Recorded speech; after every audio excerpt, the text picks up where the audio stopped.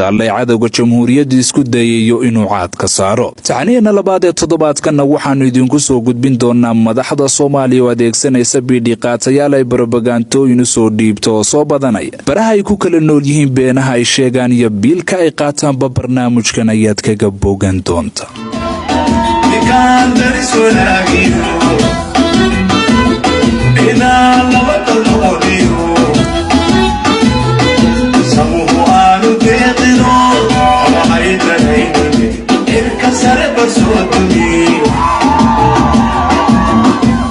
kadib markii ay xorriyadii luntay dib ula soo noqdeen shacabkii waqooyi ee Somaliland, dad badan ayaa aaminsanaa in hagaardaamooyinkii iyo hawlihii Soomaaliya halkaasi ku dhammaadeen. hase yeeshee dagaalkii lagu kala calafka qaaday ee 10 sano socday kadib waxay siyaasiyiinta reer Soomaaliya u bedeleen mid dhinaca afka iyo propagandada ah oo marxalado kala duwan marayay 30 sannadood oo ay Somaliland jirtay. maantana waxaynu ka hadli doonaa lacaga Soomaaliya ay ku bixiso beeno laga faafiyay Somaliland iyo sidii mushaakil kale loogu furi lahaa shacabkii ka soo doogay hagardaamadii shalay. aan ku horeeyay dawladii Xasan Sheekh Maxamuud oo ahayd soo bilowday barnaamijkan ay ugu magac dartay barnaamijka isdhexgalka bulshada Soomaaliyeed. waxay horaantii muddo xileedkeeda maalgelin uga heshay dalka Turkiga oo $7 milyan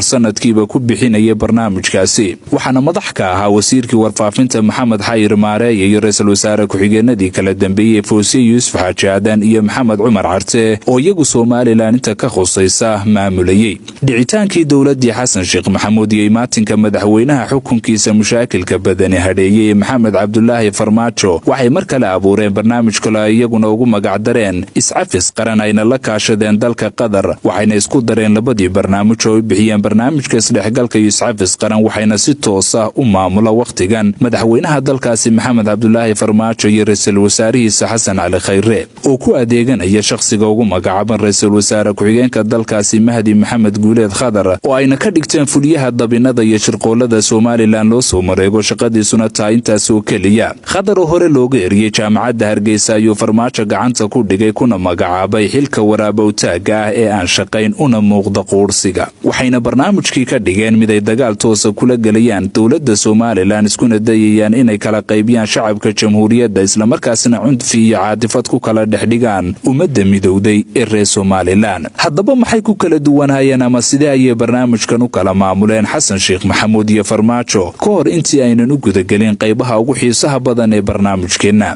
dawladii Xasan Sheekh Maxamuud inkastoo isku dayeysay inay kala furfurto bulshada Somaliland haddana waxay ahayd mid aan muujinaynin xumaan gaar ah oo u qabto reer Somaliland kuna kooban midnimada ay had iyo habeenba ku riyoodaan. Farmaajaha waqtigan jooga waxa uu si badheedha u muujiyay cadaawad iyo cilqabnimo uu hayo ummadda reer Somaliland oo ku salaysan isirnacayb iyo argudasho. waana sababta reer Somaliland Farmaajo ugu yaqaanaan si aad barihii bilaa awood ahaa. mucaaradka dalkaasina uu ka mid yahay siyaasiga Cabdiraxmaan Cabdishakuurna ugu eedeeyo Farmaajo nacayb iyo dagaal toos oo kula jiro Somaliland. farqigaas ayaa ka u dhaxeeya labadii madaxweyne ee kala dambeeyay ee dalkaynu jaarka nahay ee Soomaaliya soo maray. labada siyaasi afmishaarnimada ku haysta Soomaaliya khalkhalka badan geliyay dalkaasi dibna u lumiyay didiiladii nabadeed ee shacabkaasi u soo iftay ee ay soo dhiseen madaxdii dalkaasi ee ku horeysay marka laga yimaado inay dagaal kula jiraan Somaliland oo barnaamijkooda isdhexgalka iyo iscafis qaran ay ugu yeedhaan isku dayayaan inay ku dhabarjabiyaan dalkeedna ka soo kow. waxay isla barnaamijkaasi ku khiyaamayaan shacabkooda iyo dawladda ay madaxda u yihiin marka loo eego lacagaha ay kaga qaataan dawladaha Turkiga iyo Qatar ee malaayiinka dollar kuna diiwaan gashan inay ku bixiyaan barnaamij midnimo doona balse ayagu si toos ah u qaataan marka laga yimaado $50,000 oo kaliya ahna taaysiyan ashqaas calooshoodu shaqaystayaal reer Somaliland ah oo u kireysteen inay dalkooda ku waxyeelayaan isuguna jira kuwa ay ku sheegaan siyaasiyiin sahil doona oo xilcayl dartii xamar u tagay dibaaqayana shaqooyin laga eriyay iyo xilal loo diiday kuwa ay ugu yeedhaan saxafiyiin manfac baadi goobaya oo mahinadoodii u xaraashay si ay shilimaad xamar uga helaan kadib markii warbaahinta Somaliland qaarkood ay shaqo ka waayeen. kuwa ay ku magacaabaan halabuur balse maal raadis iyo kuwa ay dhahan waa qoraayase magacadoona oo tiro yar tamar yar tayana yar. haddii laftarkooda waa siyaasiyiinta Soomaaliya lacag lagu siiyana suurtagal tahay inay iyagaba dib u maagaan.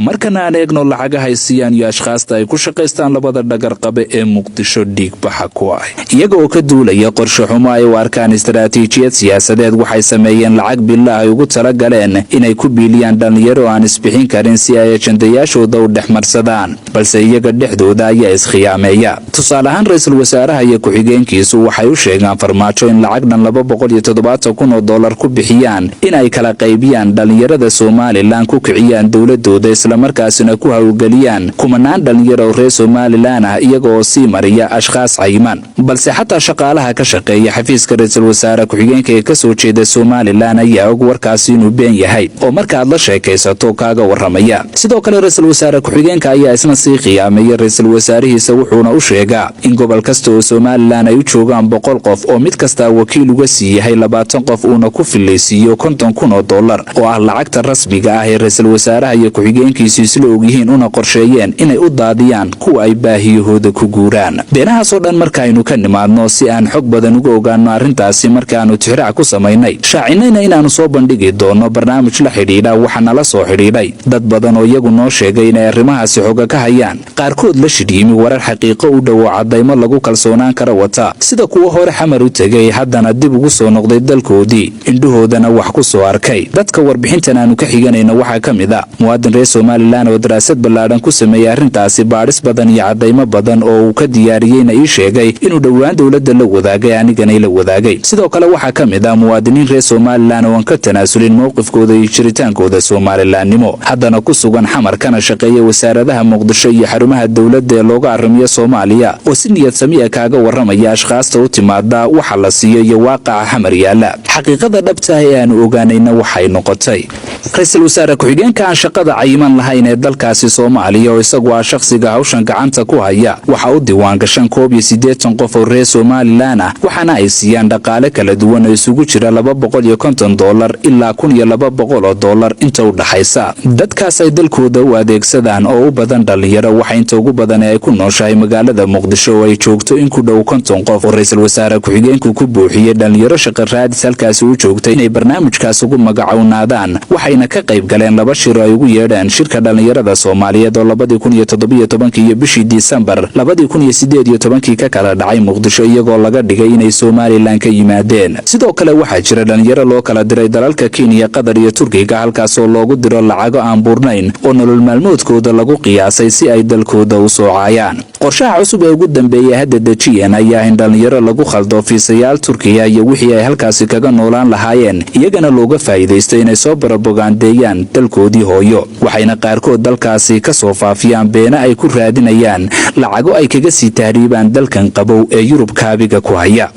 waxa kale oo iyaguna jira dad lagu sheegay 18 qof oo Somaliland uga diiwaan gashan bishiina la siiyo lacago isugu jira $300 ilaa $600 lana sheegay inay kala joogaan magaalooyinka Hargeysa, Burco iyo Boorama waxaana ka mid ah 2 saxafi oo dhawaan Muqdisho tegay oo midna $500 loo soo qoray midna in $600 loo ballan qaaday bishii la ii sheegay waqtiganna Hargeysa ku soo noqday iyaguna soo ballan qaaday in gudaha Somaliland ay ka soo qaban doonaan shaqooyin iyaga u dana oo toddobaadkii u dambeeyay oo nisha ku hayayba u muuqday kuwa bilaabay hawlihii ay xamar ka soo ballan qaadeen. dhalinyarada ugu badan ay diiradda saaraan waa kuwa waqtiga badan geliya baraha bulshada saxafiyiinta dhalinyarada wax samsamaysa iyo kuwa wax qorqor ay u arkaan inay door muhiim ka ciyaari karaan kala qaybin lagu sameeyo da'yarta dalkan oon xogta badan ka haynin. 18 qof ee la sheegay inay dalka joogaan ayaa ugu kala jira sida ay sheegtaan xisbiyada qaarkood bahda qalinka iyo warbaahinta waxayna halkaas kaga diiwaan gashan yihiin inay doorka ugu wanaagsan ka ciyaaraan kicin dadweyne oo reer Somaliland lagu sameeyo iyagoo xidhan shaar xisbi mid saxaafadeed mid hal abuur ama qoraannimo waana tan shaxda 81 qof ee Soomaaliya u diiwaan gashan. 46 qof oo dadkaas ka mid ahi waxa ay joogaan xamar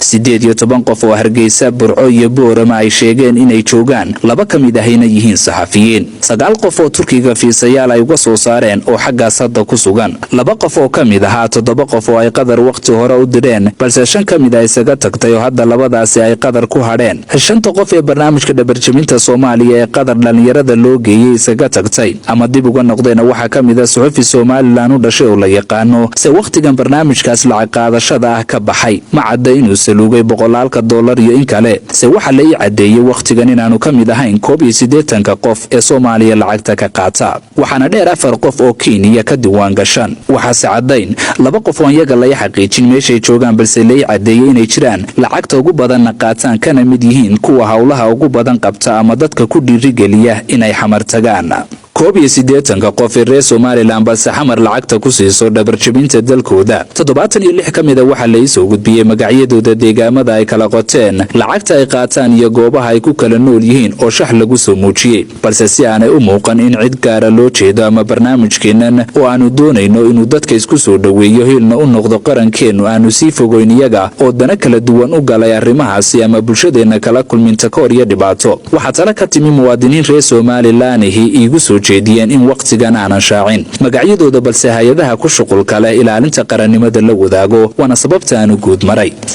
haddaba siyaasadda la yaab kale ee adeegsadaan farmaajo iyo khayre ayaa u egtay kacaanka yuhuuddu Falastiin dhulkeeda ku qabsadeen yuhuudda ayaa dejisay istiraatiijiyad siyaasadeed oo ay kaga faa'iideysanayaan Falastiiniyiintii baahiyaha gaarka ah qabay sidii kuwii danyarta ahaa dhalinyaradii shaqada iyo lacagta u baahnayd kuwii aan aragtiyaha dheerayn ee waxay cunaan kaliya ku fakari jiray kuwii lacag inay helaan wax walba u samayn jiray oo ay ka dhigteen basaasiin aakhirkii dhimasho dhaxlay dalkoodiina burburka iyo gumaysiga ilaa maanta uu ku jiro baday sitaas la Soomaaliya ayaa waxay waqtigan diiradda saartay dhalinyarada bilaa camalka ah ee aan shaqayn kuwa aan haysan dhaqaalaha iyo kuwa lacag la siiyo wax walba u samayn kara xataa qoysaskooda ku waxyeelayn kara oo marka adeegto kuwa la shaqeeya qaar ka mid ahi xataa reerahoodii lama soo hadlaan oo waxay uga googoosteen sida ay Soomaaliland uga gooyeen iyaga waxay ugu yeedhaan hawlwadeeno balse hay'adda NISA oo hay'adda sirdoonka Soomaaliya ayaa dhawaan u aqoonsatay basaasiin u shaqeeya ra'iisul wasaare ku-xigeenka waxayna warqad ay soo saareen bilowgii sanadkan oo saxaafadda soo gaadhay kaga codsadeen ra'iisul wasaare ku-xigeenka inuu ku soo wareejiyo waxay ku sheegeen basaasiin Soomaaliland uga shaqeeya u sheegeen in iyaga mas'uuliyadoodu tahay iyagoo u jeeda dhalinyaradaasi khilaafkaas oo cirka isku shareeray warbaahintana la isaga jawaabay waxaa NISA muddo bilaha u qabatay inuu hawshaas ku soo wareejiyo ra'iisul wasaare ku-xigeenka balse waxa markii dambe dhameeyay ra'iisul wasaaraha dalkaasi oo labada dhinacba u sheegay inay yihiin hawlo kala madax bannaan 81 qof ee Soomaaliya u diiwaan gashan iyo $1,000 ee u qoran haddii celcelis ahaan loo qaybiyo qofkiiba waxa ku soo hagaagaya $617 oo kaliya arrintan xadinta badan ayaa waxay tahay nooca uu yahay damiirka qofka $600 dhaafsanaya dalkiisa dadkiisa kagana abaalka dhacaya nabadii iyo noloshii xasiloonayd ee lagu soo barbaariyay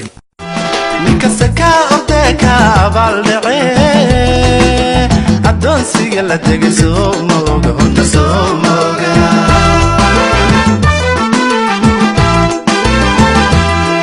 noloshiisa oo idin Soomaaliga waxay ku ambaqaadaba Soomaaliga oo taadiina tahay Soomaaliga walow aanay waxba u dhimi karin calooshoodu shaqaystayaashu wada jirka iyo horumarka Soomaaliland walow bulshada iyo daayarta Soomaaliland meel ay uga soo wada jeedaan farta ku fiiqaan dhigna aanay jalaq u siinin marka adeegto sida midnimada leh ay uga dareen celiyaan dhuuni qaatayaashu wax kasta oo ay ku soo baahiyaan baraha bulshada oo bulshada Soomaaliland aad ugu maagto si isku mid ah walow aanu qof kasta oo muwaadin reer Soomaaliland aanu jeclaysan mid la dalah oo cadawga u dulaysan marka uu arko wuxuuse ku niyad samaadaa isku day kasta oo dalkan lagu inuu noqdo mid bulshada isku sii dhaweeya siina mideeya naca iyo nacaybka cadawgana sii kordhiya waxseed ku ursamata arligaygo irbaka ma ridi karo aqoon yare bulshada la kuweedo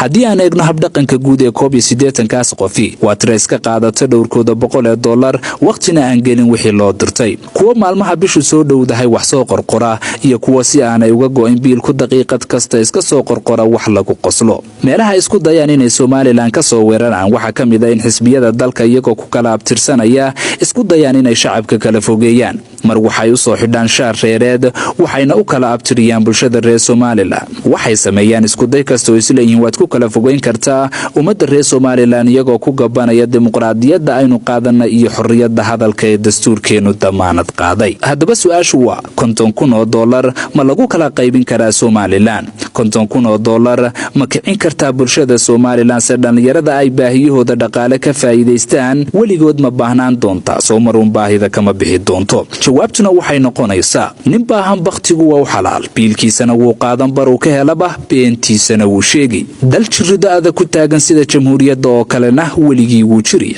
cadowgiisuna wuu jabay.